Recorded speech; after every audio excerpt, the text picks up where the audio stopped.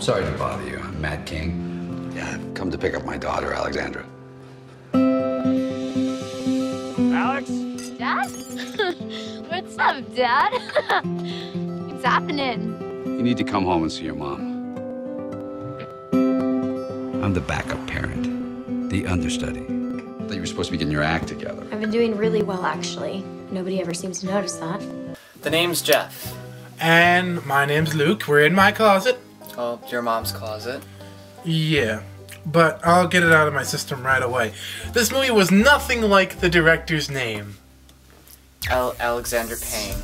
Clooney comes from a long line of descendants. A long, long line of descendants in this movie. The Descendants.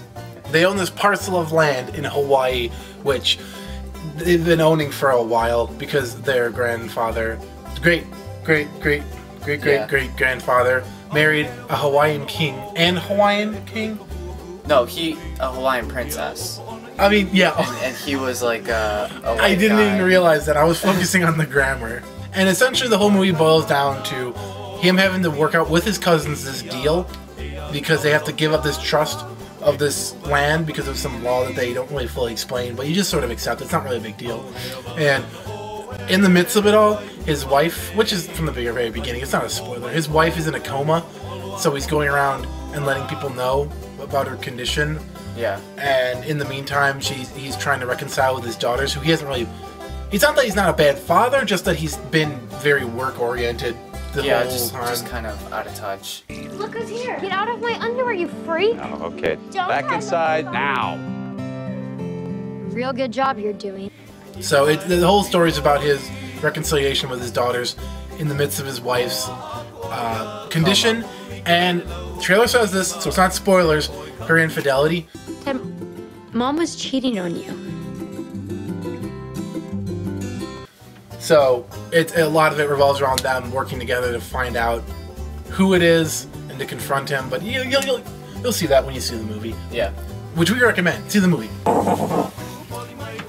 As we said earlier, you're right to expect this being an Alexander Payne film, that there's sort of a dry, kind of witty humor about it. Actual plot of the Descendants is fairly, it's not anything original. No. I mean, it's sort of like the out-of-touch workaholic father trying to reconnect with his kids. Just seeing that through, like, Alexander Payne's eye, kind of, it definitely livens it up.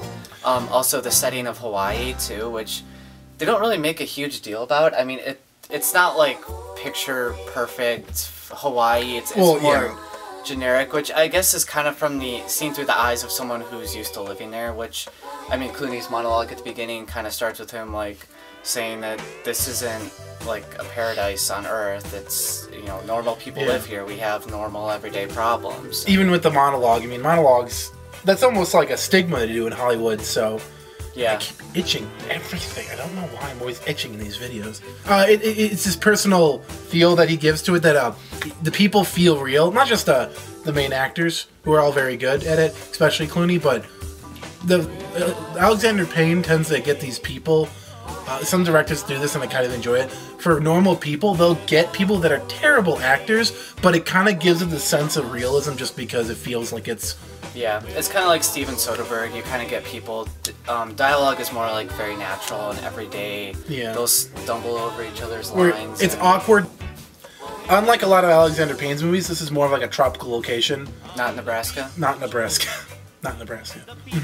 That was probably my only problem with this movie. What? It started very slow, and it wasn't... I was expecting to laugh a lot more.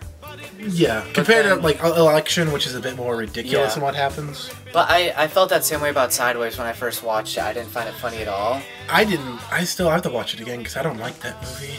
But I watched it again, and I thought it was hysterical. So it might benefit from repeat viewings, but there were a lot of characters and a lot of funny situations, particularly towards the end. Also, I think it benefits from Thomas Hayden Church. Not this movie, but Sideways. Because Thomas Hayden Church can make or break a movie. Yeah. Go back and watch George of the Jungle. I don't know. I would say like the subversion aspects too. Yeah. A lot of characters they start off as like cut and dry stereotypes, especially Shailene Woodley, his daughter, has a boyfriend who's this stoner. And he comes across as just this total, like, arrogant prick. Then there's a scene like later on in the movie where George Clooney like has a heart-to-heart conversation with him, and you learn some things about his character. The way he says it is hilarious, but at the same time it's actually a really moving thing. So I think a lot of the effect of this film is, yeah, there's a funny situation and you laugh at it, but then after it's done you start to realize like, wow, that actually packed quite an emotional punch. And that kid's delivery too, though, helped make it, because we were talking about the actors not being actual actors.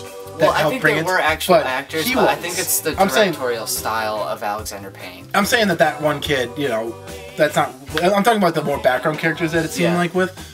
But with that man, it seemed like he purposely is able to act like that, and he did an excellent job with it. You know? I mean, like Shaggy and Kitty and Spring break! like they're all real actors. Yeah. Oh no, yeah. Yeah, so, I mean, looking back, I mean, there weren't a whole lot of great movies that came out in this past month or so, and it's kind of been a dry season as far as Oscar bait goes.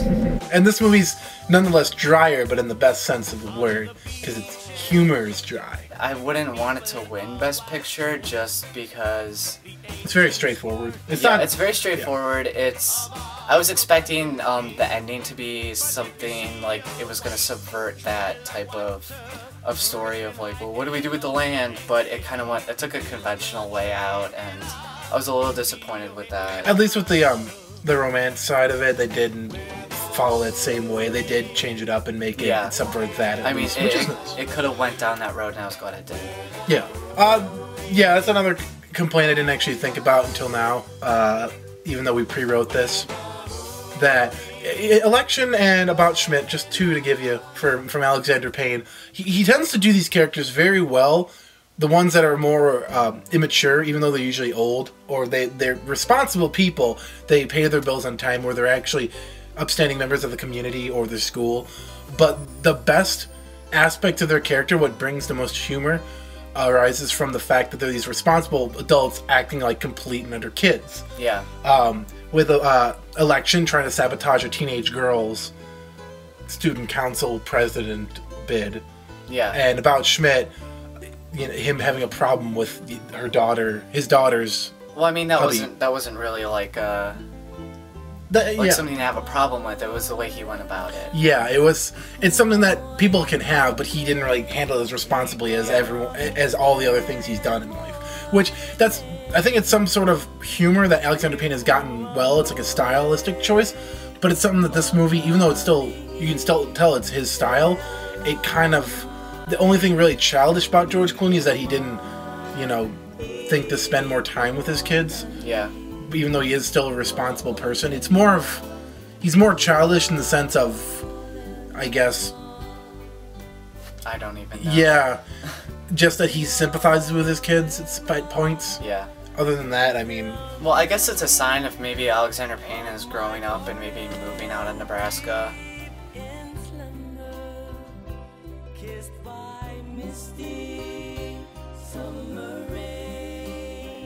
Okay, well, I'm looking forward to that one.